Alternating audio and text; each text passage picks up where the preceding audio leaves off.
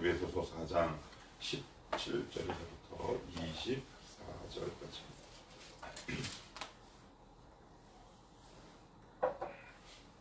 에베소서 4장 17절에서부터 24절. 이제 제가 하나님의 말씀을 읽겠습니다. 그러므로 내가 이것을 말하며 주 안에서 증언하노니 이제부터 너희는 이방인이 그 마음에 허망한 것으로 행함같이 행하지 말라. 그들의 총명이 어두워지고 그들 가운데 있는 무지함과 그들의 마음이 굳어짐으로 말미암아 하나님의 생명에서 떠나 있도다. 그들이 감각 없는 자가 되어 자신을 방탕에 방임하여 모든 더러운 것을 욕심으로 행하되 오직 너희는 그리스도를 그같이 배우지 아니하였느니라. 진리가 예수 안에 있는 것 같이 너희가 참으로 그에게서 듣고 또한 그 안에서 가르침을 받았을진데 너희는 유혹의 욕심을 따라 썩어져가는 구속을 따르는 옛사람을 벗어버리고 오직 너희의 심령이 새롭게 되어 하나님을 따라 의와 진리의 거룩함으로 지으심을 받은 새 사람을 입으라. 아멘. 예수를 믿고 나면 이제 우리 안에는 이제 거대한 두 싸움이 일어나요.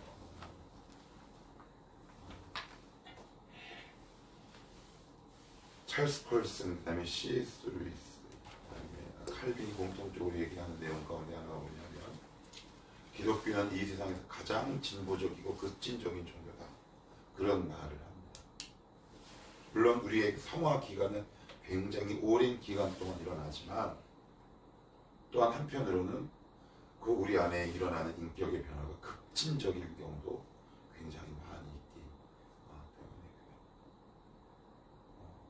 제가 농담 반 진담 반 사과를 잘 이야기하지만 귀신이 들린 빙의 이제 속칭 빙의 된 사람도 그 얼굴과 행동과 그 모든 것들을 보면 금방 티가 나거든요. 그렇다면 성령의 감동을 받은 사람이 어떻게 티가 안 날 수 있을까? 어떻게 변화가 안 될 수 있을까? 라는 고민이 우리 가운데 필요하지 않겠나 싶어요. 오늘 본 말씀은 사도 바울이 에베소 교회를 향한 하나님의 깊은 경륜, 교회에 대한 계획, 그리고 어떤 성도에 대한 구원의 여정 등을 쭉 소개하면서 너희들이 이제 이렇게 살아야 한다. 그래서 두 가지 사례를 제시합니다. 하나는 너희들의 옛 모습과 이방인의 모습, 그리고 변화된 이후에 우리 가운데 일어날 성품의 변화, 그리고 명령, 쉽게 얘기하면 옛 생활과 새로운 생활에 관해서 사도 바울은 분명히 구분선을 딱 짚고 있는데 오늘 이 말씀을 살펴보면서 내 안에 아직도 남아있는 옛 구습은 과연 무엇인가, 그리고 하나님께서 오늘 내게 요구하시는 거룩한 삶은 뭔가 한번 살펴보도록 합시다. 17절에서부터 이 19절까지는 이제 옛사람, 즉 예수 믿지 않는 사람들에서 나타나는 공통적인 현상에 관해서 얘기를 합니다. 자, 우리 17절 한번 읽어봅시다. 시작. 그러므로 내가 이것을 말하여 주 안에서 증언하노니 이제부터 너희는 이방인이 그 마음에 허망한 것으로 함같이 행하지 말라. 그래서 허망, 우리에게 충분히 납득되고 접근할 수 있는 단어예요. 그런데 헬라 원어에 보면 이런 뜻이에요. 목적이 없다라는 거예요. 목적이 없는 삶이에요. 그런데 참 이상하죠. 그들은 목적이 있습니까? 없습니까? 삶의 목적이 분명히 있어요. 그죠? 왜 없습니까? 나름대로 기업도 목적이 있고 나름대로 목적이 있는데, 그런데 성경은 뭐라고 얘기하느냐? 그들의 목적은 진짜 목적이 아니다. 허망하다. 사라지고 없어질 목적이다. 라고 얘기하는데 왜 그런가에 대해서 역시 사도 바울답게 논리적으로 풀어나가고 있어요. 18절도 한번 읽어봅시다. 시작. 그들의 총명이 어두워지고 그들 가운데 있는 무지함과 그들의 마음이 굳어짐으로 말미암아 하나님의 생명에서 떠나 있도다. 그래요. 믿지 않는 이방인들 옛사람의 특징에 관해서 크게 세 가지로 딱 규정을 하는데, 자 한번 동사를 따라가 봅시다. 그들의 총명이 어떻게 해요? 어두워지고, 그들의 가운데 있는 뭐가요? 무지함. 그리고 그들의 마음이 어떻게 해요? 굳어졌어요. 그러면 어두워지다의 반대말은 뭐야? 초딩이다. 완전히 밝아지고지. 제가 갑자기 이 단어로 여러분들에게 설명하는 이유는 하나님을 떠난 자들의 첫 번째 특징이 뭐냐면 눈이 어둡다라는 거예요. 이게 무슨 이야기일까요? 여러분께 쉽게 생각하시면 돼요. 내가 은혜가 확 떨어지죠? 그러면 첫째, 우리 가운데 눈이 확 잠기기 시작해요. 선함과 거룩함의 것에 대한 분별이 불가능해지는 거죠. 그래서 뭐가 선이고 뭐가 악인지 힘들어져요. 그러면 눈이 감겨지면 어떻게 될까요? 걸을 때 어떻게 돼요? 넘어지죠. 위태위태합니다. 그런데 눈이 이렇게 밝아지면 이게 가기가 쉽죠. 시편 119편 105절 말씀 주의 시작. 신성은 씨 내 말에 빛이 박수 짝짝짝. 야. 주의 말씀은 내 발의 등이요 내 길의 빛이다. 빛의 특징은 보여주는 거 있다는 말이에요. 그죠? 하나님에 대해서 눈이 떠지고 하나님을 알게 되면 우리의 눈이 떠지는데, 우리의 눈을 떠지는 것이 바로 예수 그리스도의 보혈이죠. 그래서 하나님께서 우리에게 말씀이라는 등을 허락하신다는 말이에요. 근데 등도 눈이 뜬 자에게 필요해요. 그죠? 네. 근데 우리가 눈이 이미 떠진 상태야. 그런데 우리의 눈이 늘 떠져 있을 수가 없어. 때로는 밤 같은 어두운 길을 갈 수 있단 말이에요. 그래서 하나님이 이 말씀이라는 진리의 등을 우리 가운데 허락하시죠. 그래서 진리 가운데 있는 사람들, 하나님의 보호하심과 하나님의 언약과 은혜 가운데 있는 사람들의 특징이 뭐냐면 볼 수 있다라는 거예요. 볼 수 있어야 부딪히지 않아요. 볼 수 있어야 넘어지지 않는다. 우리가 늘 넘어지는 이유는 보이지 않기 때문에 넘어지죠. 늘 보이지 않는 길을 가요. 더듬더듬 간다는 말이에요. 얼마나 불안하고 초조합니까? 근데 그들의 삶이 그렇다라고 얘기를 해요. 여러분들은 이미 보고 있는 자입니다. 내가 무엇을 위해 살아야 하는지 보고 있는 자란 말이에요. 그런데 이방인들은 그렇지 않다. 두 번째, 여기 보시면 이런 표현이 나와요. 그들 가운데 있는 뭐라고요? 무지. 여기서 하나님에 대한 무지죠. 하나님에 대한 어떤 지식도 없고, 그 다음 세 번째 이렇게 얘기해요. 그들의 마음이 어떻게 해요? 굳어졌다. 그래서 제가 사전을 찾아봤어요. 굳어졌다라는 말이 무슨 뜻일까? 그랬더니 이거예요. 제 살갗이 있어요. 오랫동안 놀지 않고, 오랫동안 씻지 않고 출입을 들락날락 하다 보면 여기에 제 피부 말고 제2의 피부가 생겨요. 두꺼워지죠. 그러면 나중에 이 때를 밀 때 때가 안 밀려요. 여러분들의 정서와 감성으로는 이해하기 어렵지만 오랜 기간 발 뒤꿈치라든가 발 뒤꿈치 각질이 깊게 생기면 아픕니까? 안 아픕니까? 안 아프죠. 딱딱해진단 말이에요. 우리의 마음과 양심이 딱딱해져. 이것을 신약 성경은 양심에 화인 받는다라는 표현을 써요. 마음이 딱딱해집니다. 그런데 은혜를 받으면 어떻게 되나요? 몰랑몰랑해져요. 말랑말랑해지는 게 아니라 몰랑몰랑해지죠. 여러분들 그런 경험들이 있으세요? 은혜를 받고 나면 나도 모르게 자꾸 눈물이 나와. 왜 그럴까요? 마음이 딱딱해지지 않아서. 눈물이 나오고요. 누군가의 마음과 누군가의 아픔이 내 아픔처럼 느껴져요. 참 희한하죠. 우리 안에서 진짜 쾌활한 웃음이 터지기 시작하죠. 왜요? 내 마음을 둘러싼 딱딱한 막이 그리스도의 보혈로 열어 제껴졌기 때문에 그래요. 그래서 여러분 마음이 딱딱해지셨어요? 그러면 그것을 치유하는 방법은 하나님의 은혜 외에는 다른 방법이 없더라고요. 모르겠어요. 저는 다른 걸 몰라요.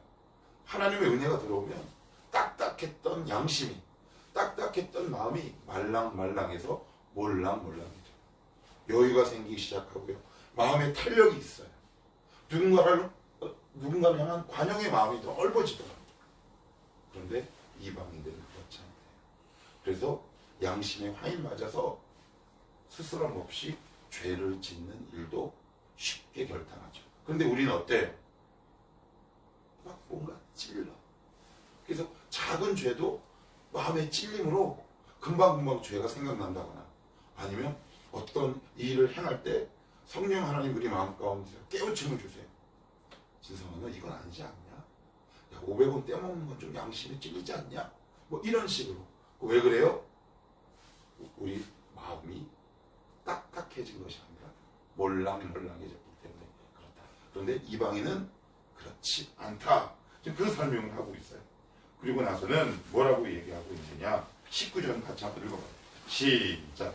그들이 감각 없는 자가 되어 자신을 방탕에 방임하여 모든 더러운 것을 욕심으로 행하고. 그래요.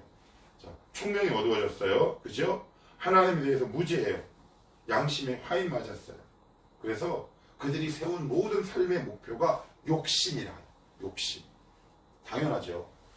눈이 떠지지 않았고 양심에 화인 맞았고 하나님을 향한 지식이 없으니 그들이 세운 모든 계획은 하나님 보시기에 욕심이죠. 그래서 여러분들이 하나님을 떠나서 세운 계획은 다 욕심이다, 이렇게 보시면 돼요. 근데 우리는 자꾸 그 나의 욕심을 비전으로 생각하죠. 그런데 우리 지금 계속 배웠어요. 제가 요즘 밀고 있는 유행어 있잖아요. 배운 사람이야. 우리 배웠잖아요. 하나님을 만나고 알게 된 자들의 특징 뭐라고요? 부르심의 소망, 소명, 꿈. 그런데 오늘 말씀은 이방인들이 행하는 것은 욕심이래요. 왜요? 하나님의 향한 지식이 없고 양심이 화인 맞고 그들이 결정하고 선택할 수 있는 것은 자기의 욕심에 따라 살아가는 본능적 1차원적인 삶밖에는 남아있지 않기 때문에 그렇죠. 그래서 오늘 말씀을 통해 하나님은 우리에게 이렇게 권면하고 있는 거예요. 얘들아, 나와 함께 너희가 인생을 걸어가면 너희들은 소망이 생기고 소명이 생길 거야. 그러니 나를 떠나지 마. 기억합시다.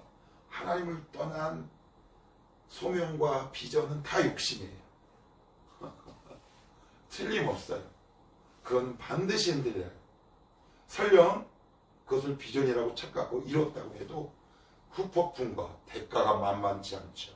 그런데 하나님이 주신 소명은, 하나님이 주신 비전은 사람을 살리고 대가가 없고 후폭풍이 없고 선하고 거룩한 열매가 가득해요.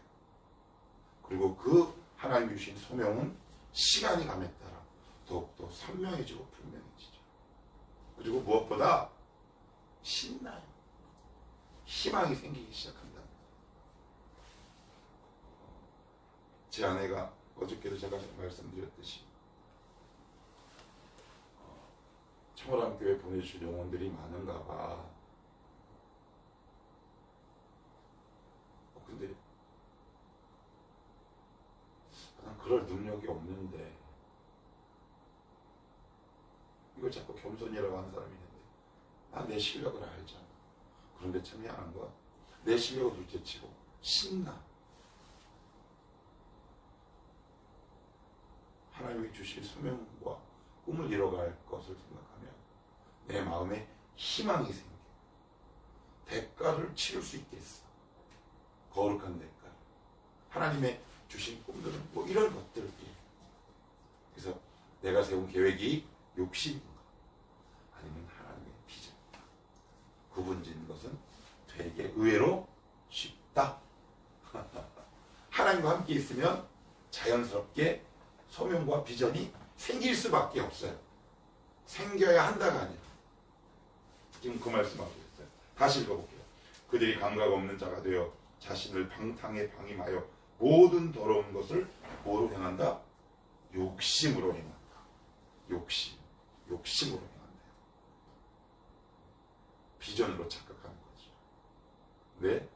성경은 그렇게 이야기하고 있지 않다. 그렇다면 우리는 어떻게 하느냐? 20절부터는 이렇게 얘기합니다. 오직 너희는 그리스도를 그같이 배우지 아니하였다. 진리와 예수 안에 있는 것 같이 너희가 참으로 그에게서 듣고 또한 그 안에서 가르침을 받았을진데 22절을 함께 읽어봅니다. 시작. 너희는 유혹의 욕심을 따라 썩어져가는 구습을 따르는 옛사람을 벗어버리고, 문장 구조를 잘 따라가 보세요. 유혹의 욕심을 따라 썩어져가는 옛사람이란 뜻이에요. 뭐예요? 우리의 옛사람, 본능은 유혹의 욕심을 따르는 관성의 법칙을 따라가요. 우리가 왜 하나님을 떠날까요? 욕심이에요, 결론. 여러분들이 하나님을 멀리하는 이유는 욕심이라고. 그래서 야고보서 1장에 뭐라 그래요? 욕심이 잉태한 즉 죄를 낳고, 죄가 장성한 즉 사망을 낳느니라. 야고보서의 의견과 일치하잖아요. 유혹의 욕심이래요. 욕심. 근데 그것이 옛사람이래요. 우리 가운데 있는 본능이 있단 말이에요. 우리 안에 있는 구습들이 있어요. 근데 그것은 늘 욕심 가운데 노출되는 거예요. 탐욕에 아니면 물질, 명예, 끊임없이 노출되어 있어요. 그것이 바로 우리의 옛사람이에요. 그래서 여러분, 하나님 탓하시면 안 돼요. 하나님은 우리 안 떠나시잖아요. 근데 우리가 떠나. 그런데 왜 떠난다고요? 오늘 말씀해 보니까 욕심이래요. 나를 유혹하는 욕심에 내가 무방비한 상태로 노출되고, 내가 그 욕심과 타협한 거예요. 오케이, 인정. 나 너랑 오늘 손잡기로 했어. 성경은요, 말씀이 참 예리해요. 우리 깊이 있는 욕심을 탁 지적하신다. 다시 읽어볼게요. 너희는 유혹의 욕심을 따라, 중간에 딱 끊고 바로 이어지는 말씀이 썩어져가는 옛사람. 결국 옛사람은 유혹의 욕심에 늘 노출되어 있는 거죠. 그렇죠? 우리 가운데 아직 성화되지 않은 부분들이 있어요, 없어요? 있죠. 오늘도 그것을 집중적으로 노리죠. 어제 알만한 친구들은 다 알기 때문에 편하게 얘기한다면 채미랑 이런저런 이야기를 했어요. 이 녀석이랑 이런저런 이야기를 하다가 도저히 잘 모르겠는 거예요. 잘 모르겠어. 그러면 저는 어떻게 얘기하냐면, 이때는 작전을 바꿔요. 내가 인생의 선배로 이렇게 접근해요. 솔직히 목사라고 다 알아야 되냐? 몰라. 이렇게 이야기를 이렇게 풀어갑니다.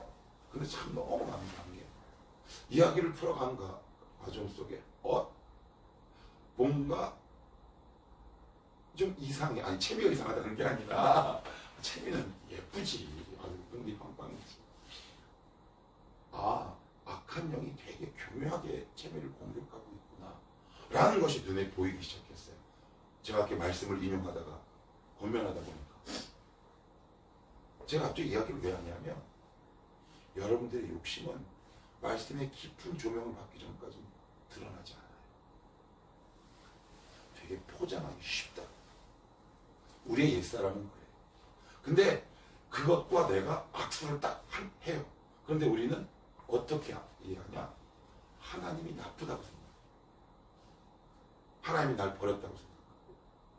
그런데 오늘 성경은 너희가 하나님을 떠난 이유는 너희가 변화되지 않는 옛사람이 유혹의 욕심과 타협했기 때문이다 라고 얘기해요. 그럼 어떻게 해요? 말씀의 조명 속에 내가 지금 주장하고 있는 것이 욕심인가, 하나님 주신 비전이요 말씀인가 잘 구분할 수 있어야겠지. 자, 시간 좀 갔네. 24절 읽어봅시다. 시작. 하나님을 따라 의와 진리와 거룩함으로 지으심을 받은 제 사람을 사도행전에 이렇게 얘기해요. 성령이 너에게 임하시면, 우리는 보통 그 다음은 권능을 받고, 근데 사도행전 중간에 보면 이런 표현이 나와요. 성령이 의에 대하여 그리고 거룩에 대하여 너희를 책망하시리라. 이게 무슨 얘기일까요? 성령께서 왜 우리 가운데 임했을 때 다른 여러 가지 다른 단어도 많은데 의에 관하여 거룩에 관하여 너희를 책망하시리라 라고 왜 그러냐면, 의와 거룩은 하나님의 대표적인 속성이에요. 의와 거룩은 그래서 성령께서 우리 안에 탁 들어오시잖아요. 그러면 의롭지 못한 우리의 행동을 꾸짖으십니다. 거룩하지 못한 우리의 삶을 꾸짖으세요. 여러분들 성령님께 많이 꾸짖음 받기를 원해요. 그래야 변화되는 거 아니에요. 그러면 의인은 뭐냐? 의인은 이렇게 정리하면 돼요. 하나님과의 친밀한 관계. 뭐라고요? 주님과의 친밀한 관계를 성경은 뭐라고 표현한다? 의라고 표현해요. 거룩은 말 그대로 성결한 삶을 이야기하고 하나님의 대표적인 두 가지 속성이고 성품이에요. 그래서 에베소서에서도 의와 거룩, 사도행전에서도 성령님이 우리에게 오시면 일어날 일, 의에 대하여, 거룩에 대하여 우리를 책망하신다라고 말씀을 하고 있어요. 왜요? 우리 주님은 의롭고 거룩한 분이라는 말이에요. 오늘도 이 자리를 통해 우리는 이미 주님과 화목이 됐어요. 그죠? 그렇지만 화목이 됐지만 친밀도는 제각각이에요. 아빠랑 조금 더 친한 딸이 있고 조금 대면대면한 딸이 있어요. 그렇지만 여전히 내 딸이에요. 여러분들은 어떤 딸이고 자녀세요? 의라는 말은 주님과의 친밀한 관계를 오늘도 여러분들이 그리스도로 인해 하나님 안에서 우리가 화목됐으니 오늘도 이 말씀을 확 들고 주님 앞으로 한 걸음 나아가기로 아마 주님께 깊이 나가면 나갈수록 하나님 여러분들이 하실 말씀이 있을 거예요. 때로는 꾸짖음이 있어요. 뭐라고요? 성령님이 내 안에 계시다는 증거는 하나님이 나를 어떻게 하신다? 꾸짖으십니다. 사랑하니까. 야 이놈아, 병진아, 야 방실이 뭐 이렇게 그지? 방글이 우리에게 꾸짖으신다는 감사한 일이죠. 오늘도 이런 귀한 하나님 이 성령의 역사가 우리 가운데 있기를 축복합니다. 기도합시다.